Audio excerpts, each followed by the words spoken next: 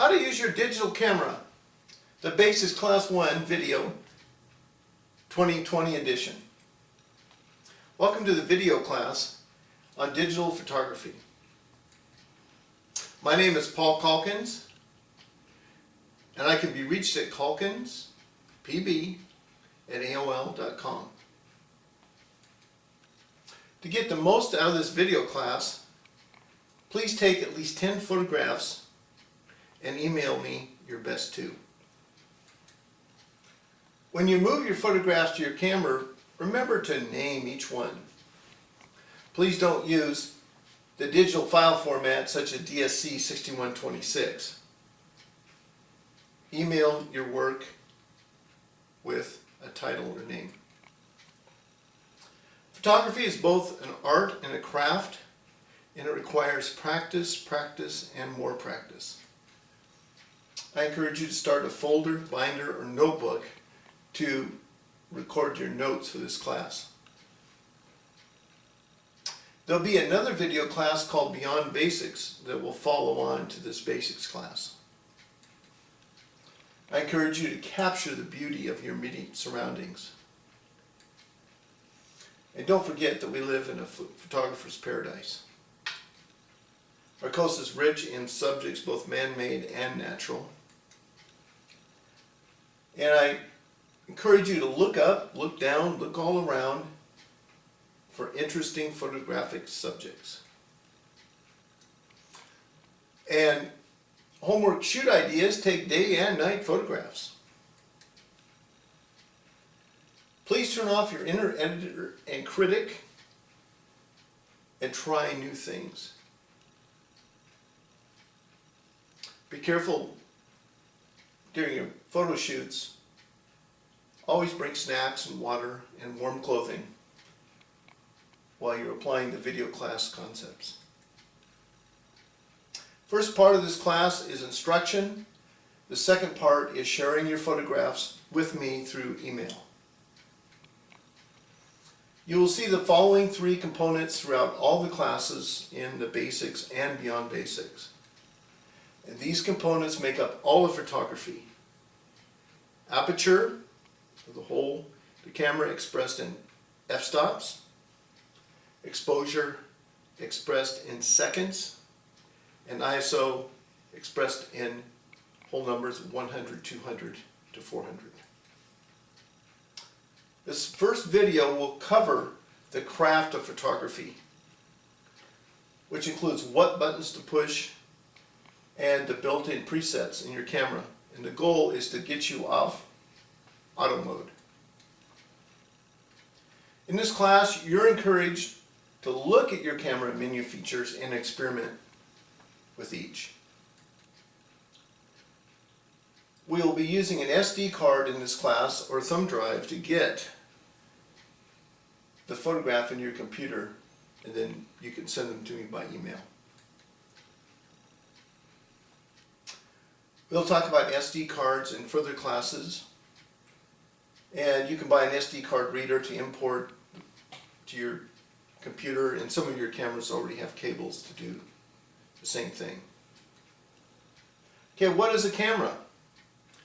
It's a tightly sealed box with a hole to admit light.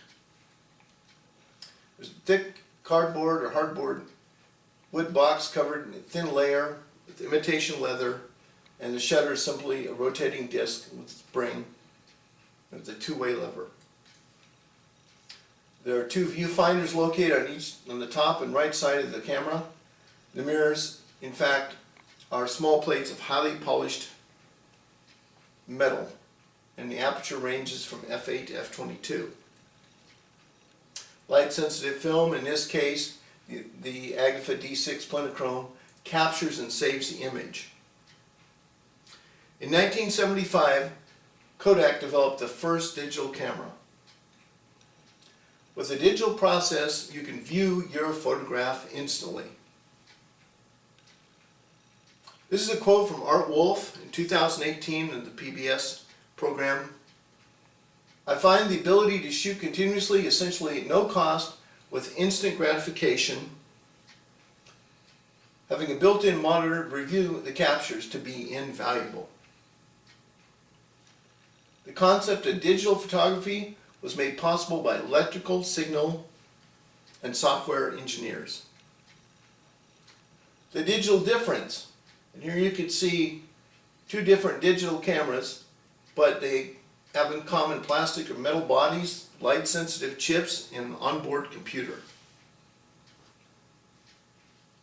Digital camera has electrical, optical complexity similar to a Polaroid camera, which replaces the time and cost of film. Digital cameras were designed to be highly automated. Because this highly automated electrical, mechanical, optical machine makes decisions for you, sometimes it won't let you take a picture. Cameras are now included in tablets, cell phones, wearable gear, eyeglasses, and flying drones. Digital single lens reflex cameras, which this is an example of, compact camera systems, here's an example of that, and fixed lens point and shoots, and mirrorless DSLRs. And some newer cameras have touch screens. You have to touch them very gently, since if you accidentally touch them, it may result in an unwanted command. Make sure your camera battery is charged and a backup battery, if possible, is on hand. And make sure your battery contacts are clean. The following slides will illustrate what the mode dials and menu items tell you about your camera operation. This is an example of camera controls.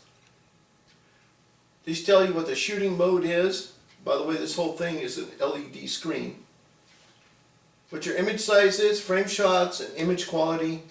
And here's the menu button, which controls all these various features.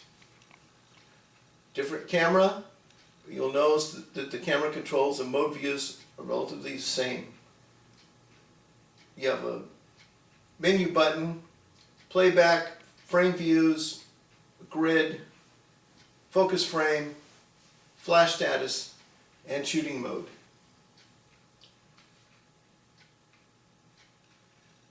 In this case, you see the lens with a protective glass, a self-timer light, a flash, and a microphone, which is all the new cameras come with now. Very important, you see the strap mounts too. Here in this digital SLR, you see the mode setting, on-off switch, and shutter release. And in this one, you see an on-off button and a shutter button and a digital zoom control. Little bit different setup. Here you see a menu button. Here you see a menu button, slightly different. In your menus, you're going to have the important time and date and playback histograms. We're going to talk about histograms in further classes. Once you press the menu button, you use the selector dial, control dial, or command dial, depending on the camera. You could cycle through many selections, mode and scene selections. Some modes can only be reached in the PASM, which is a Nikon control, or PAV, TV, and M, which is a Canon control.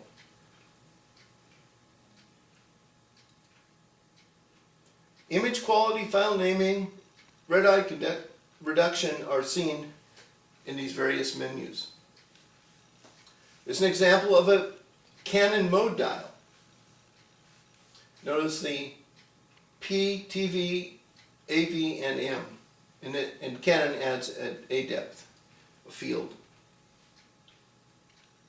Nikon mode dial, the camera, as you can see, PASM, but automatically calculates for you in automatic mode the eye of the camera and shutter speed. Child preset in Nikon sets more vivid colors and more depth of field. The mode dial seen in the Nikon here, it creates a zone or P, TV, or AV, or A or DEP, and the Nikon is PASM, presets and scenes. Notice this area here is the creative zone. Here you're seeing the presets with scenes of portrait, landscape, close-up.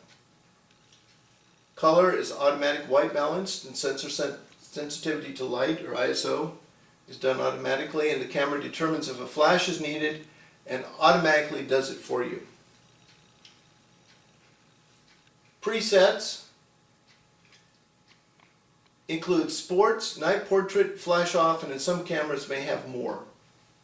In this case, this is a close-up. This is for taking pictures of plants. Portrait preset, camera automatically sets its eye wide open. Automatic flash is activated for low light. And also, portrait preset sets color for natural looking skin. Portrait mode blurs the background, gives you a shallow depth of field, and makes the subject stand out. Landscape preset, or scenic views, the camera automatically sets itself up to take as much of the scene as possible. In the landscape preset, small camera eye opening, as colors are intensified and as flash is switched off. Close-up preset, the flower icon, the camera sets a small eye opening, colors are neutral, and flash is set to automatic. In the sports preset, for fast-moving subjects, the camera automatically sets fast shutter speeds and freezes action. Or blurs action, increases the ISO sensor sensitivity. The camera eye opens wide for shallow depth of field, and it sets a focus to continuous to follow fast-moving subjects. Night portrait preset scene used at twilight. Under night, camera slows down shutter speed. Night portrait preset used at twilight or nighttime for people. The camera slows down shutter speed. The camera calculates the lens opening, and flash timing speed is activated to illuminate the subject directly in front of you. Flash off preset. The flash is disabled when you do not want to use it. In some activities, such as sporting events and concerts, flashes are not allowed. Digital versus optical zoom. Digital zoom does not really zoom. It takes a central portion of the image sample, the camera crops a portion of the image and enlarges it back out to size, and you lose some image quality. Whereas optical zoom brings the subject closer and there's no loss of quality. Redeye reduction, usually found in a menu, we talked about that earlier. Redeye setting in the camera menu or scene is a low light flash photographs. The flash occurs too fast for the pupil to close and light reflects off the inner eye. Now you're ready to take photographs. You've got the mode, scene, and all set, and you partially depress the shutter release button. It sets the camera up to take a photograph. It all takes place in milliseconds. Your camera is metering light, sets the aperture, prepares the camera to write to the SD chip, adjusts focus, sets focus, activates a focus beep, prepares for possible activation of the flash, adjusts for the camera shake, disables the shutter release because the lighting is bad, and now you can't take a picture. You have to figure out what it is that you need to do to get a photograph. Remember earlier I said these cameras are highly automated and can make decisions for you, sometimes unwanted decisions. Now, if your camera likes the scene, you depress the shutter, release the button completely, and you've successfully taken a digital photograph. Photo assignment for next week. Please take at least 10 photographs. Use the portrait preset. Be creative. No ID photographs. This is an example of an ID photograph. Please don't do that. Edit your photographs down to 2 of your favorites and email them to me, and include any comments or questions that you may have. Thank you.